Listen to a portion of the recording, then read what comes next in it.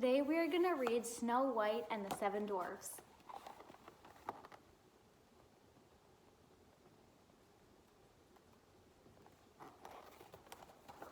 Once upon a time, a queen pricked her finger while sewing, and blood dripped onto the snow outside her window. She thought, I would love a child who was red as blood, white as snow, and black as this window frame. Soon after, she had a daughter with red lips, a white face, and black hair. She called the baby Snow White. The queen died and the king married again. The new queen was proud and jealous. She always asked her looking glass, Mirror, mirror on the wall, who's the fairest of them all? And the looking glass would always answer, You, queen, are the fairest of all. Then she was satisfied, for she knew that the looking glass always spoke the truth. But as she grew up, Snow White became very beautiful. One day, the queen asked her looking glass, Mirror, mirror on the wall, who's the fairest of them all? And it answered, Lady Queen, you are fair and bright, but more fair still is young Snow White. The queen was filled with envy and hate. When she looked at Snow White, her heart heaved with bitterness. She summoned a hunter and said, Take the child into the forest, kill her, and bring back her heart as proof.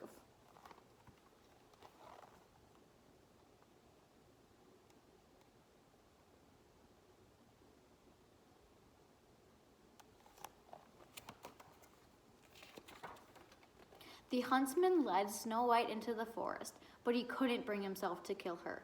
Run away, you poor girl, he said, thinking sadly. The wild beasts will soon devour you. He shot a young boar and took its heart to the queen in place of Snow White's. Snow White, alone and terrified in the great forest, ran as far as her feet would carry her. Wild beasts leapt past, but did her no harm. Then, just when she was too exhausted to go on, she saw a strange little cottage. Maybe I can rest here, she thought. Everything inside was small. There was a little table with a white cloth set with 7 little plates and 7 little glasses. Against the wall stood 7 little beds, side by side. Snow White was hungry. She ate a bite of bread from each plate and drank a sip from each glass, as she did not want to take all of one person's food or wine. Then she lay down on one of the little beds and went to sleep.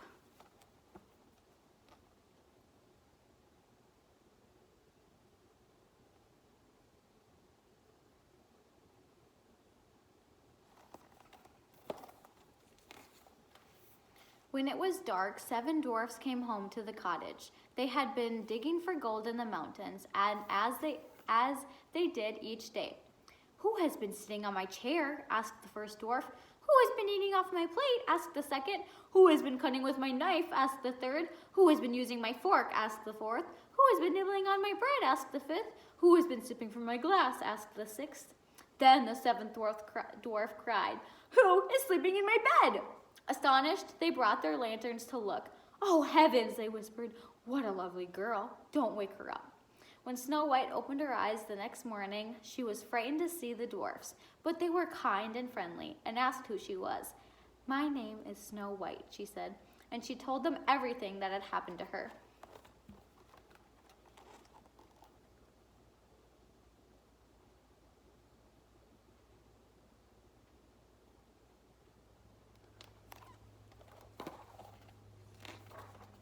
The dwarf said, You can live here if you will do the cleaning, cooking, and sewing for us, and we will give you everything you need. Snow White happily agreed. When they left for the mountains each morning, the dwarfs warned Snow White to beware of the queen. She will come looking for you. Don't let anyone in.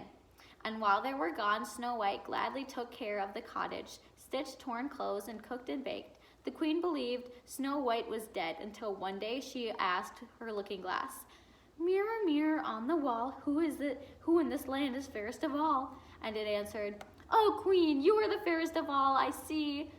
But over the hill where the 7 dwarfs dwell, Snow White is still alive and well, and none is so fair as she. The fierce queen knew the looking glass never lied, so the hunter must have deceived her.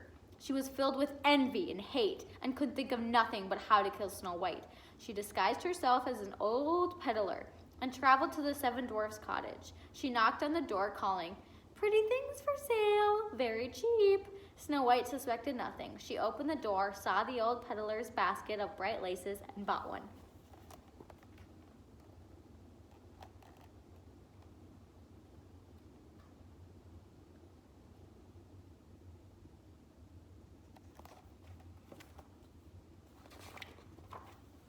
"Come," said the disguised queen, "let me tie it for you."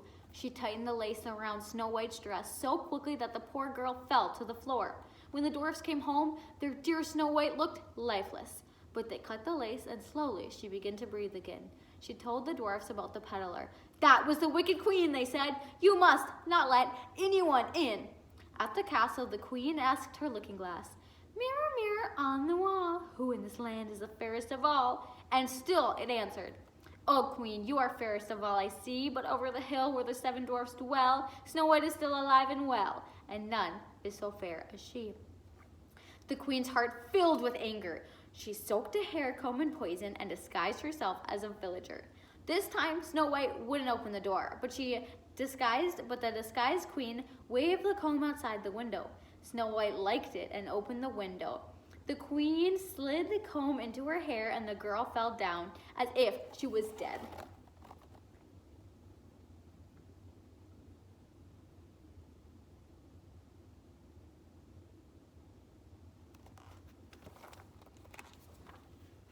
When the dwarfs came home, they found the comb, took it from her hair, and slowly Snow White recovered. At the castle, the queen asked her looking-glass, "Mirror, mirror on the wall, who in this land is the fairest of all?" And still it answered, "Oh, queen, you are the fairest of all I see, but over the hill where the 7 dwarfs dwell, Snow White is still alive and well, and none is so fair as she." The queen shook with rage. She made a poisonous red and green apple that looked irresistibly delicious, but would kill anyone who bit its red side.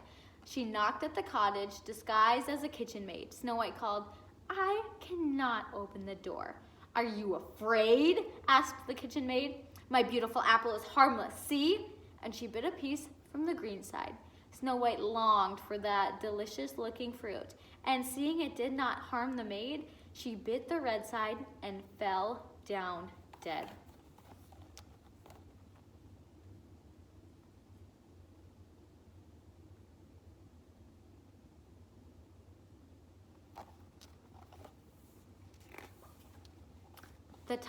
This time the 7 dwarfs could not find a lace or a comb.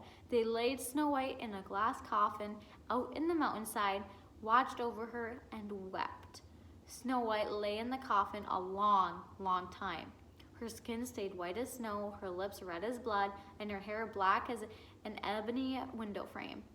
One day a prince came riding by and saw her. He heard the story and fell in love. The dwarfs trusted him and gave her to him. But when the servants lifted the coffin, it jolted, and the piece of poisonous apple flew from Snow White's throat. She opened her eyes and sat up.